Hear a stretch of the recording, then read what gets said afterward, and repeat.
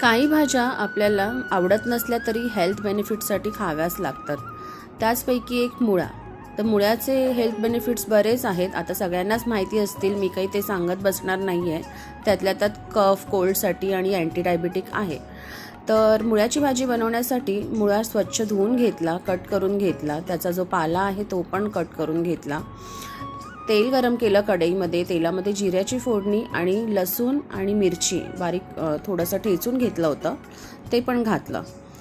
आणि त्यानंतर कांदा टाकायचा. कांदा छान परतवायचा आणि त्यानंतर मग मुळ्याची भाजी जी कट करून घेतली होती ती घालायची.